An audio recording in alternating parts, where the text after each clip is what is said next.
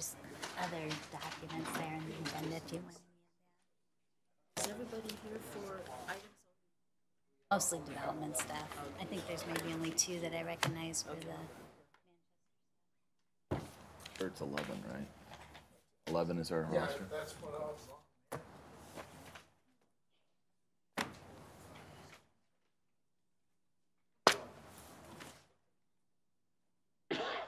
Okay, I'd like to welcome everybody to the February 13th, 2019 meeting of the City of Brentwood Planning and Zoning Commission. If you'll please join me in the Pledge of Allegiance.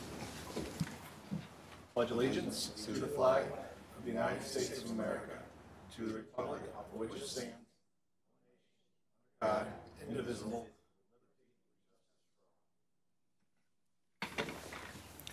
Roll call, please. Michael Damon, Here. Rebecca Jacobs. Here. Lisa Shirley. Here. Sam Sifley. Here. Okay. We have a quorum, Mr. Chairman. Thank you, Mr. Nuremberger. The first item on our agenda this evening is a public hearing on the amendment to the City Comprehensive Plan relating to the Manchester Road corridor that we've discussed over the last several meetings. So we will gavel in the public hearing. And if there's any residents that would like to address the commission on the comprehensive plan proposed supplement / amendment, please step forward and introduce yourself and say your piece. Seeing none, public hearing will be adjourned, and we'll move on to the minutes. My understanding is that the minutes are still in process of being prepared, so we'll move right along to old business. We have one item under old business this evening, and that is the site plan review of the Brentwood Swim Club's application. Mr. Allers?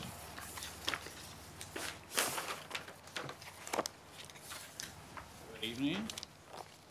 You all have copies of site plan dated 1/29 of 19. Not, you're fine. Down below. Thank you. That did not change since the subcommittee meeting on the 30th. So Nothing's changed since the nothing 30th. changed on here. Okay. What we've added is a landscape plan, 2 more exciting full-size pages for you that cover what was asked of us in that subcommittee meeting. One of them shows, page 1 of 2 shows you the trees that are slated to come out. Page 2 shows you the areas where landscaping will be going in, specifically trees that will be going in. Page 2 notes that there are 10 new deciduous trees, 9 new evergreen trees going in to replace the 9 that are coming out on page 1. Main areas where they're being added are at the back, I'll call it the south end of the property along the houses that face White Avenue, whose backyards face onto our unimproved parcel. 2 around the dumpster, some around the back of the new tennis courts, and then there is a grouping as well of 6 deciduous trees going in around where there'll be improvements to the berm area. Also noted on there are new shrubs and perennials in a few different spots, but specifically we placed the trees as requested. Okay, the commission will recall we've taken this application up at the last several meetings, and my understanding was that the last stray issue was that the city's landscape architect sign off on the revised landscape plan. Ms. Kirkemeyer, has Andy Frankie done that? Yes, in terms of what the directive was at the last meeting, the one item that we had talked about, just what that was in his comments was about putting the islands in the parking lot. But again, this is not a brand new parking lot. It's a repaving project. It's aligned differently, so it does create 6 spaces. So that was the only thing, is if the P&Z had thought that, in retro, go back to do it, but that was not, it was pointed out in the landscape review comments, but it wasn't really required. I don't think it's necessary, so other than that, the rest of the comments in Mr. Frankie's letter would be satisfied with this revision. Very good. Comments, questions from commissioners? Any member of the audience like to address the commission on this application? Yes, ma'am, please step forward and introduce yourself and state your comments. Hi, my name's Jennifer Matthew. I live at 8647 White Avenue, so my backyard backs right up to the undeveloped part of the property. Unfortunately, neither myself nor my husband could make the meeting on the 30th, but we had existing concerns from January 9th about the berm that's been removed, if that's going to be replaced, and we've got follow-up questions based on if it is or if it isn't, and then along with our neighbors who have kind of flooding questions. So we just kind of wanted to see, if this new plan is going to address the berm issue. Sure. Mr. Allers, if you please step forward. Sure. And I can show you too. Great. So what we've got going on here, this is you, That's me, right? right there. So what we're doing here, part of the berm will be out. The flow Okay. is still going to go through here and down the street. The flooding, so that should alleviate any flooding issues. And then this here, we're actually putting, this will be at 3 foot high to start, baby berm is what we're calling it, with trees and shrubs on here to keep you from looking Okay. in. And I'm assuming that's also to help with noise mitigation? Correct. Okay. Okay, and that has been approved by all then? Well, that's what we're doing here. Okay. So this is the trees and shrubs that we've, frankly, we've met with the landscape engineer to try to alleviate those concerns that were raised on the 9th. Okay. What does that do? Obviously, it's going to take up part of the area that's being currently used as parking. Well, I mean, it's only used as parking on an overflow basis, but obviously That that won't be. space is Will- not going to be parking Right. anymore. Will the remaining space still be used as This- parking? Well, for 6 times a year, yes. Okay. Okay. Swim meet nights, yes. Yeah, Mondays. All right, Our great. favorite day. Yes, ours too. Okay, that answers my questions. Yeah, and we heard those concerns at the meeting, and the swim club was willing to accommodate those concerns. So hopefully you're more satisfied than you were. Excellent, yes, we Very are. good. Thank you, you. Ms. Matthew. Any other residents would like to address the commission on this application? Seeing none, the chair will entertain a motion.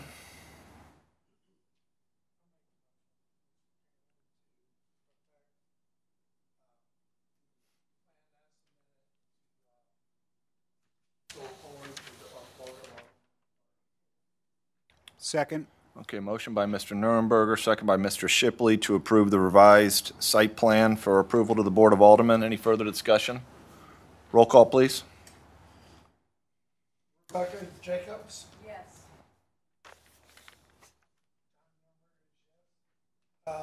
John Ritter?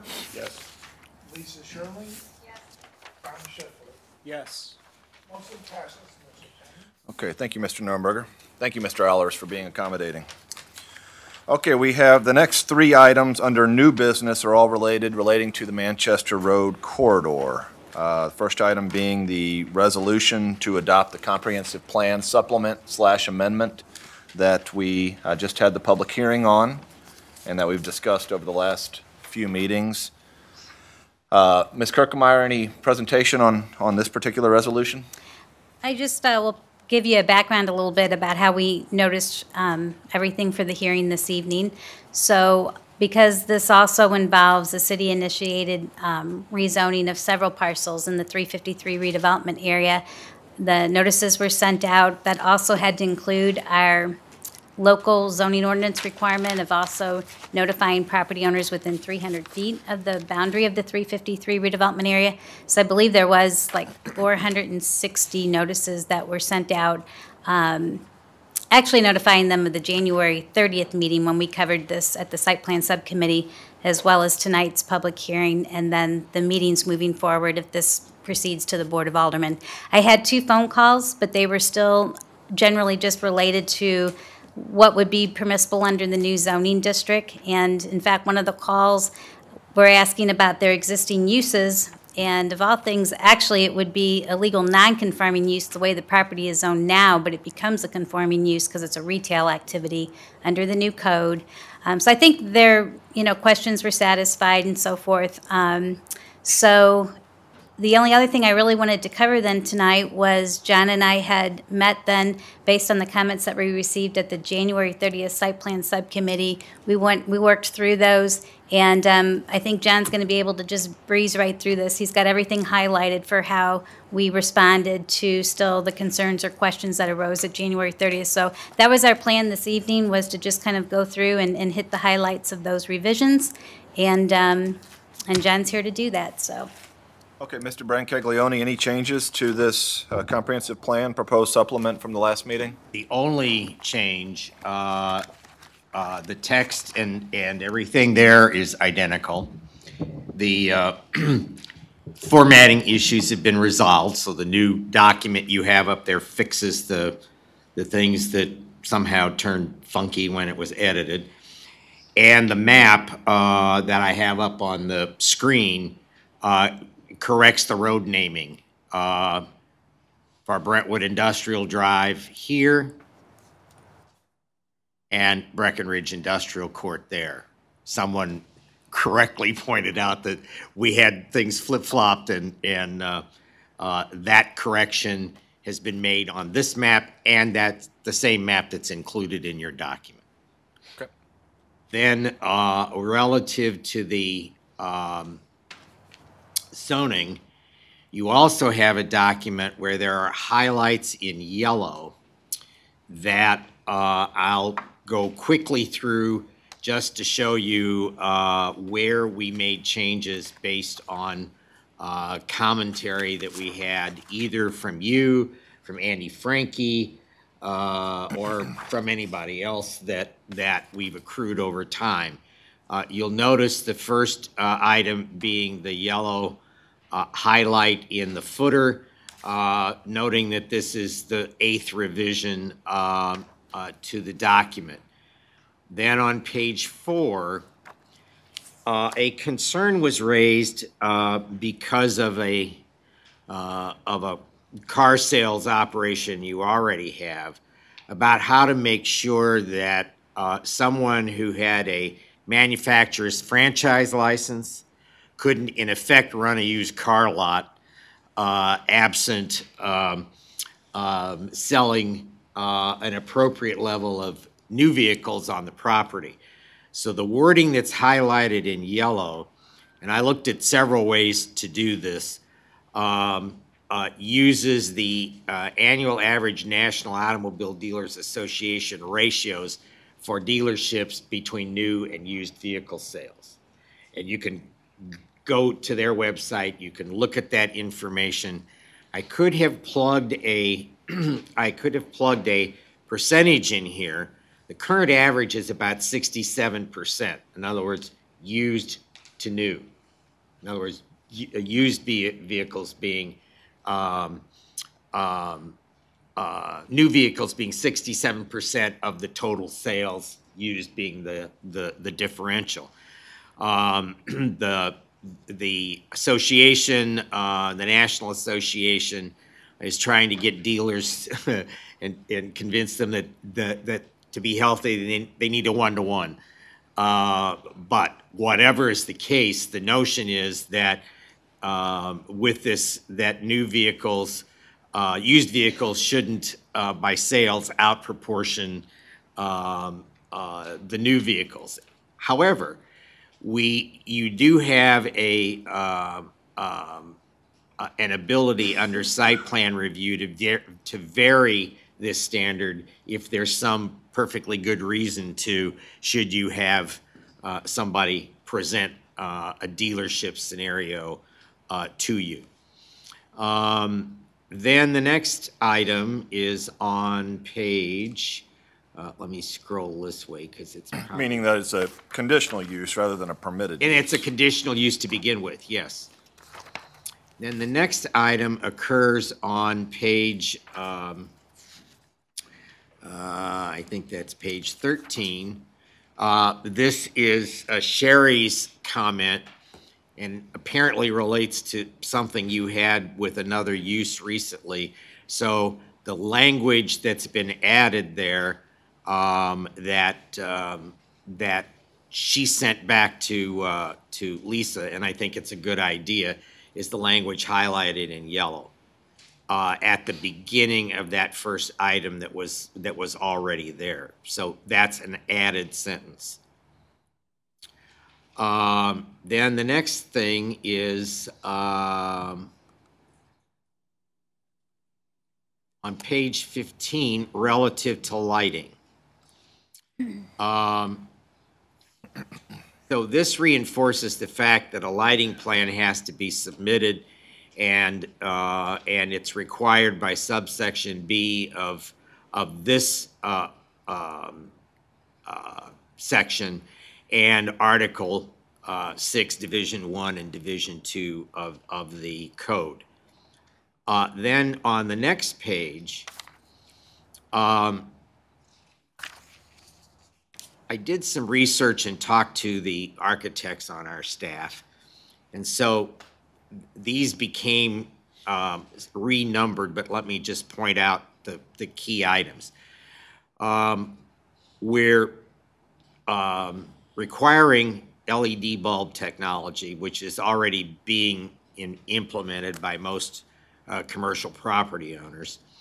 But the one thing that the concern that came up was the differing color that LEDs can put out, and the notion that you wanted to try to create some uniformity to that.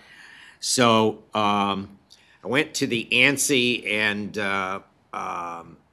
IES standards, and what they say are the numbers that are here, that they should have a color rendering index of not less than 65, and that is what keeps you out of the color indexes that give you stranger colors that are below that.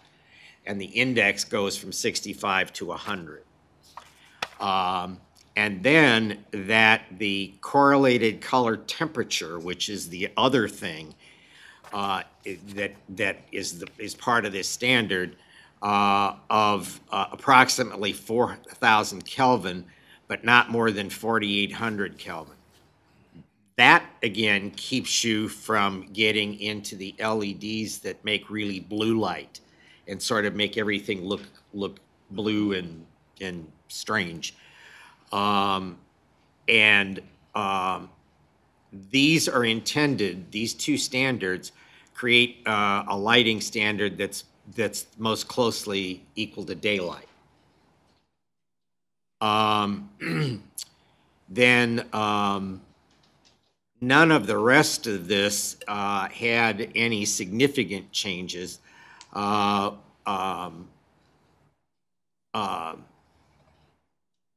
it got renumbered when those elements were and changes were added before. There are a couple of minor things. Somewhere in here, there's a sentence that for example, requires fixtures to project light down and not up, which again is a thing that every city's trying to do in terms of what's called dark sky, to not project the light up, and to not project it beyond the site, so that, for example, you'd get a site plan, let's say, I'm going to give you this example because it was near my house and everybody raised a lot of cane about it. When you got off the highway at I-55 and Butler Hill Road, there was a Hardee's. They used the lighting at an angle to basically light the building and turn it into, in effect, a logo. So the building, when you came down the ramp, you were basically blinded from the light fixtures that weren't aimed down, they were aimed at an angle. Again, this is intended to deal with that. And then the last item here was to clarify, this is item 9, which is on page 17. where developers are constructing public street improvements in conjunction with planned development projects. Street lighting standards, luminaires, and fixture colors and styles shall be as established by the city and approved by the city's Director of Public Works or its traffic engineer. Again, that, because we don't want to impose a standard that is going to get the city in a loop of maintenance and repair that costs a lot of additional dollars. Again, as part of the site plan review and as part of whatever fixtures the city is allowed to use on Manchester, those will be controlled by MoDOT. And so again, we're attempting here to make sure that you're not in a scenario where you cause a developer to build the public improvements, the street improvements, and a light fixture is chosen that somehow puts you in the business of having to buy light fixtures if somebody mows it down that are unusually expensive or can't be readily sourced. And that was the purpose of that. Then the other change on that page in 3 was to correct the references that somehow got messed up when we were cross-referencing other parts of the code. So that's the other piece that's highlighted there in yellow. And the same thing, the only remaining changes on page, I think that's page 18, again, corrects the cross-references. That's it. Very good. Any changes to the zoning map? No, and I'll tell you why. Let me call that map up and I'll show you what the issue is, because Lisa and I had to figure that out.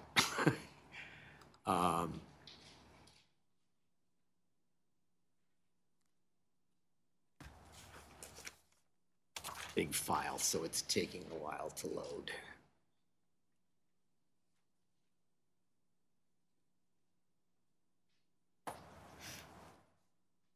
Well, let's try it again.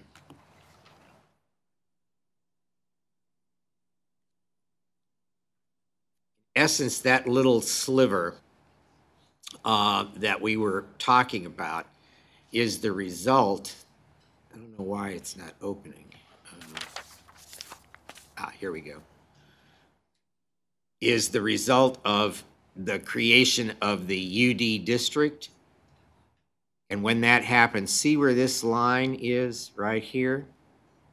That district boundary was created with respect to the UD plan that was submitted there, but not with respect to the way this parcel, see where I'm moving here, this parcel is a crescent-shaped parcel that wraps around the back of this Fawn Court subdivision. So what needs to happen here is that as far as the MC district, we don't need to change the boundary. You should come back at a later date and make that part of the B residential district that the rest of that parcel is already zoned as. Okay, makes sense. So these maps, in essence, don't change. Okay, very good. Okay, Commissioners, we have the comprehensive plan supplement, the text amendment, and the zoning map amendment to approve. Any questions, comments on any of those items? Any member of the audience like to address the commission on these 3 items? Okay, certainly seems as if all the concerns that were raised by the commission at the last meeting have been incorporated into these documents, and I think they look fantastic. Very good job. Thank you. And if there's no further discussion, Chair will entertain let's just take these one by one. Motion to adopt the resolution to approve the supplement/amendment on the Manchester Road corridor part of the comprehensive plan? I'll make a motion for the resolution to adopt comprehensive. Motion by Mr. Shipley, second by Mr. Nuremberger. Any further discussion? Roll call, please.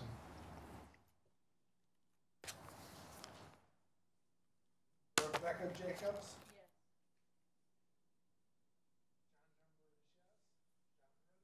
Yes. Lisa Shirley? Passes, Mr. Chairman. Mark Pavazza. Record, Mr. Favazza is now in the building. All right. Motion carries on the comprehensive plan supplement. Next item is the text amendment to the zoning code. Chair will entertain a motion.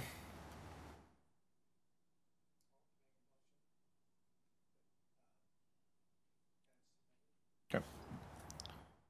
Motion by Mr. Nuremberger, second by Mr. Favazza to approve the revised text amendment to Chapter 400. Any further discussion? Roll call, please. Mike Pavazza? Yes. Rebecca Jacobs? Yes. Lisa Shirley? Passes, Mr. Chairman. Okay. And the final item on this topic is the approval of the zoning map amendment. Is there a motion? I'd like to make a motion to approve the zoning map amendment, rezoning of Manchester corridor from B, single-family residential, UD urban development, GC general commercial,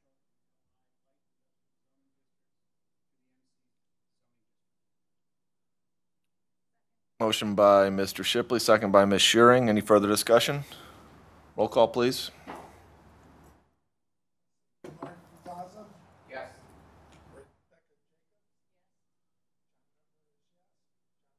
Yes. Yes. passes, Mr. Chairman. Okay, very good. And thank you, Commission. Thanks for your attention to these matters over the last several months. And thank you, Mr. Brancaglione. All right, the next item on the agenda was the proposed rezoning of a property that straddled Lawn and Pine, where the church used to be, to accommodate a parking lot. For the members of the audience, that proposed amendment has been withdrawn, so that is not before the commission this evening. So we'll move on to the case number 1906, which is the site plan review for a new 3-story office building at 200 Hanley Industrial Court. Is the applicant present on that application? Ms. Bond, if you could please step forward and introduce yourself and your application. I should say it's Ms. Kingston, correct? Yes. Good evening, Chairman Daming. Thank you for having us this evening.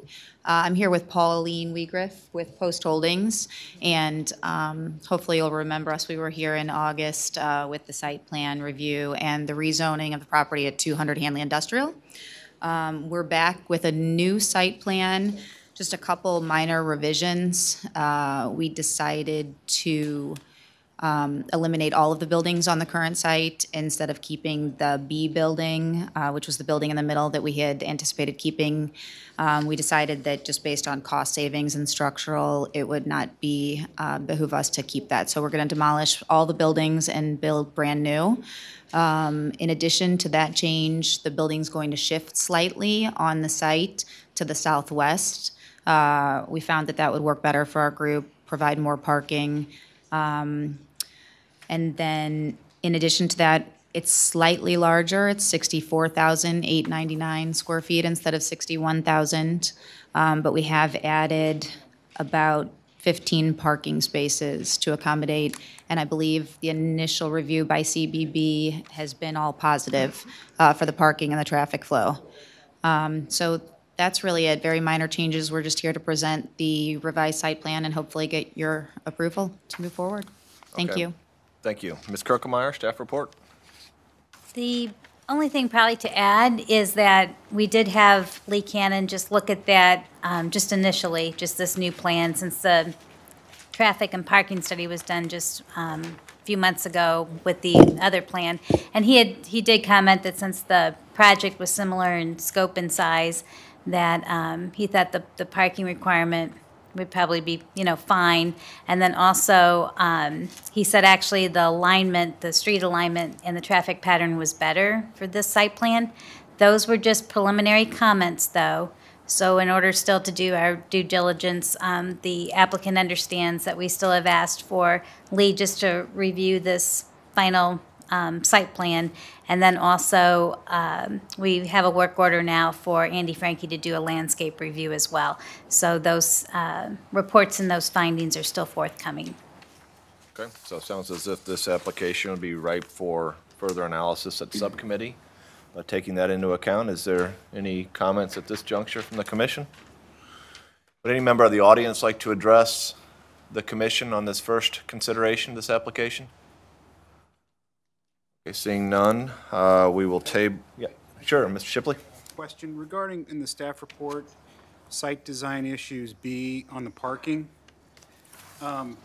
It makes sense the way it's described, that there's 182 spots and 150 employees would be there.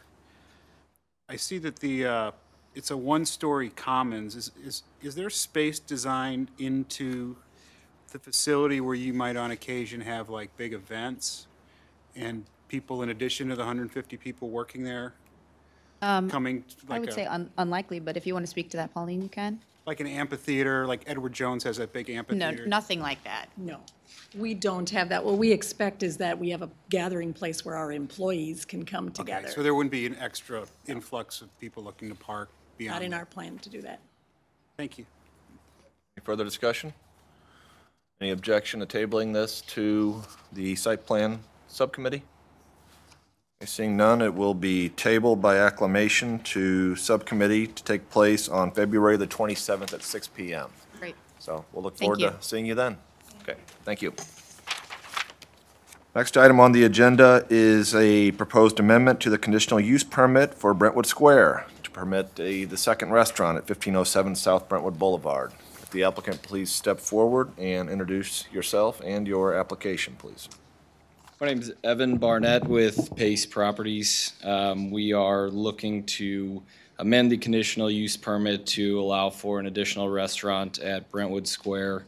We just received the work order, which will be signed tomorrow and sent over to begin the traffic study, and which I believe will allow for you all to move forward with the site plan review.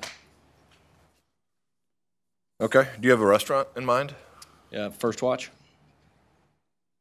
Breakfast location. Ms. Kirkemeyer, staff report? Just wanted to maybe go over why this proposal is actually before you tonight. This is the only vacant space there in Brentwood Square, and it was, the previous tenant was a retail store. And when Brentwood Square, or Brentwood Town Center, I think was the original proposal name, when it was first approved, the final site plan and conditional use permit, it laid out the different types of conditional uses and then basically how much square footage or sometimes numbers of different types of uses could go there. And so when the city was approached with the second restaurant, we had found out that the second amendment to the CUP had changed the number of restaurants that could be permissible from 4 restaurants to just 1 restaurant, which is where Breadco, or what Breadco, where it's at in the development. So when we saw that, we knew that we had to come back and amend the CUP once again then for this restaurant. And but yeah, other than, there's really no changes that are proposed for anything site plan related or just even for the exterior. There would be its own signage, of course, and we've been recommending that a comprehensive sign plan be submitted as part of the package. Now, I apologize, but actually the signage plan came in probably still a week even after the application. And so in all fairness, I had said that staff hasn't had time to review this, and I've heard there's still maybe still a few alterations. So if you all maybe place this back to site plan subcommittee We will also work on really kind of refining exactly what sign package they want to include with their submittal. But other than that, I think what Evan said, the traffic review has been ordered, so we'll have those comments back. Again, should you consider sending this to site plan subcommittee? And in terms of landscape review, that will just be a staff kind of review if it's still compliant with the original landscape plan. There's no changes proposed for that, so no landscape review would be needed for this project. So we'll get the rest of the information together. Okay, questions, comments from commissioners? Any member of the audience like to address the commission on this application? Any objection to tabling this to subcommittee, where we can review the traffic study and any other issues? Seeing none, the application will be tabled to February 27th for subcommittee at 6 p.m. We'll look forward to seeing you then, Mr. Burnett. Thank you. Okay, last item under new business is a proposed amendment to the conditional use permit and the site plan review for the hotel that we spent so much time on 2 years ago? Years ago this summer. Okay, is Mr. Molnick's here? Will you please step forward, sir, or your designee, and introduce yourself and your application. My name is Kevin Chapman. I'm the manager of hotel development for Equus Hospitality. Your first question, and you paraphrase it as, what are you doing here? This project was approved some time ago. And as we, after securing full city approval, moved it through the final planning and construction costing stage, it became necessary to change it, the site plan. I'm here tonight to explain what those changes are, to answer your question, and also to explain why it was necessary to do this. I have the cavalry with me. I have the civil engineer for the project. Project architect is also here to discuss materials and things like that. So we're here to answer all of your questions. The project for you tonight has changed, as I mentioned. There are some changes and there are many more similarities. The most significant change to what was previously approved is that it became necessary to eliminate the parking garage. It became necessary to eliminate the parking garage, which was part of the original plan. You may recall that at the time of approval at this board, we were asked, is this project financially feasible? And we said, yes, it is. We were wrong. By the time we hired consultants and a general contractor and got the project that was approved into the marketplace, the market had shifted. Enormous cost increases in steel and other materials. So we quickly found that ourselves with a project that we couldn't afford. It was exceeded our budget. After a lot of analysis, we determined that the culprit was this parking garage, which had, the structure parking had an enormous price tag. So we elected to redesign the project, eliminate the parking garage, and that's what you see before you tonight. Now, the hotel itself has not changed. Same size, same height. The elevation has changed slightly because the original hotel, if you remember, had a sort of a bend in it, a crank, to allow the fire marshal or fire chief 360 access around the building. We've shifted the building to another part of the site, eliminated that crank, and still provided the fire chief access around the building.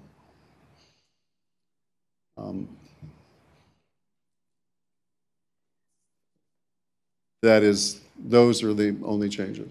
It's essentially the same project that you approved. It just doesn't have a parking garage. Has the fire chief signed off on the revised site plan? No, I spoke to Chief Curtin today, and he told me what his concerns were, and we agreed that we could resolve them by minor tweaks to our plan. And he said, well, on that basis, and he was going to mention it to Lisa. Yeah, I talked to him this afternoon. So, and I might have misrepresented, I guess, a comment in my staff report because I said the fire department required access all the way around the building. And that's still ideal. But really what we're trying to get at is if the fire department has to respond to an emergency for a 7-story building, obviously they're going to be using aerial trucks. So how first responders would deal with the emergency is they set up their aerials at the corner of the building. So again, it's not really necessary maybe that they have to go all the way around the building, but it is still too tight there right at the southwest corner of the building because it's only 12 foot wide. The apparatus itself would need 12 feet to set up. So, but yes, Chief Curtin reiterated that he had talked with the applicants and they were discussing just ways to get that extra footage in that corner for, again, just setup of certain apparatus. So, you know, obviously, it's a great project, so we want to come to some conclusion on it. And they are working on it. And so I think, again, the plans will have to be tweaked in order to make the fire department feel comfortable with it. But that's in the works. And then really the only thing left with this plan is because of the removal of the parking structure, there was surplus parking there with the parking structure. So now we're looking at a proposal that would have the same amount of sleeping rooms. So the parking requirement has stayed the same. So the surface parking does require 80% of the city's parking requirement. But again, we've seen in other projects that sometimes the parking is really overestimated for how our parking requirements, you know, how we got to those numbers. So we can look at that, and that is what's under review with Mr. Cannon right now with CBB, would be to just look to see if that surface parking number would still work for the number of units they want to have. He said he would get that report to us again prior, assuming that you would send it to Site Plan Subcommittee. So those are really the issues that we're just still addressing, but everybody's working together to try to figure out how it can get done. So. Questions, comments from commissioners? Mr. Nurnberger? I have a question. You're going no parking garage. What kind of the landscape improvements that you propose to do on the lot to make sure it looks viable? Well, we've completely revised the landscape plan, which is part of your package. Okay. You kind of go through that a little bit? Sure. There's extensive landscaping around the building itself, as there was before. Because there's no parking garage, no need to landscape that. So the landscaping in the revised plan is essentially around the building and around the perimeter of the site.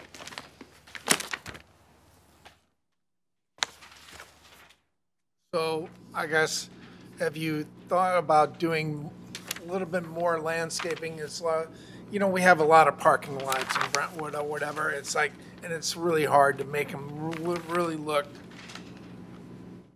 good. But whatever you can do to enhance that, any trees, anything like that, that would make it look better, I just would support that a lot. We are open to all of those things. The landscape plan we've submitted has not yet been reviewed by Andy. Yeah, exactly. And of course, we will work with his comments. We are, as a company, on the one hand, somewhat embarrassed to be back here. But on the other hand, we're back here because we were fully committed to building this hotel. make it a successful addition to City of Brentwood. And more importantly, our partner Marriott is also fully committed to building this hotel. So this will get built, and we will work with this committee in any way we can to improve what we've submitted. Okay, good. Well said, Mr. Chapman. And Ms. Kirkemeyer, do we have Mr. Frankie looking at this? Yes, I forgot to mention that, but the work order's been processed. Okay. Any further comments, questions from commissioners? Yes, Mr. Ritter? I was just looking at the exterior finishes on A1, and there's colors, a lot of E with questions. Well, that's because the colors haven't been chosen yet. Now, I have project architect here this evening, and he's brought some samples of the ephes and cementitious siding.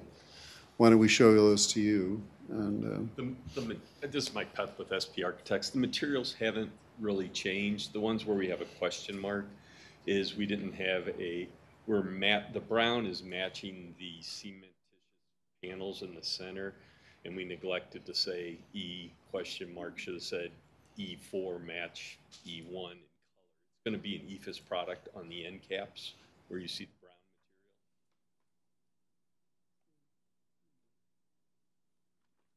material. You all have colored elevations. So the center brown element at the center of the hotel, the end conditions will be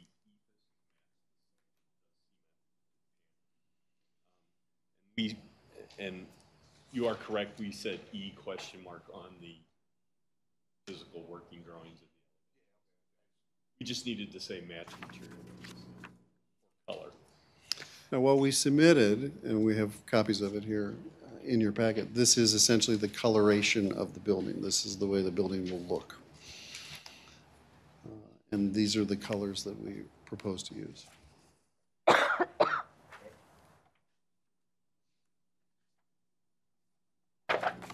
Mr. Shipley?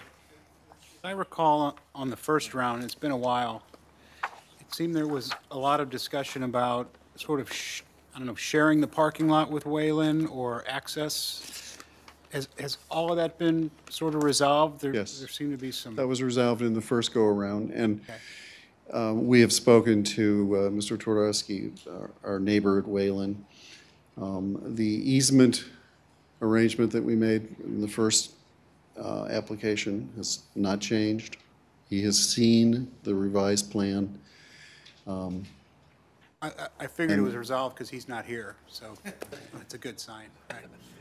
Well, when we spoke to him about it, he said, I don't see any concerns, but I'll be there on the 27th.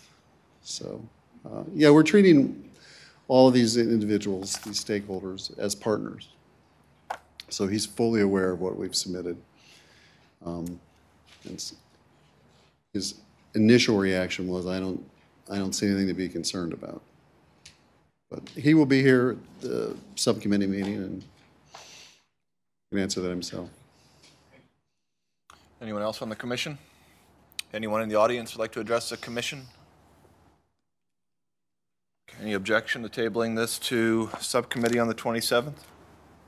Okay, great. And then we'll have the traffic study, we'll have the landscape study, and we'll look forward to looking at this. Unfortunately, you'll have me again. In a little closer detail, the 27th at 6 p.m., Mr. Chapman. Yes, sir. Thank you. Thank you, sir.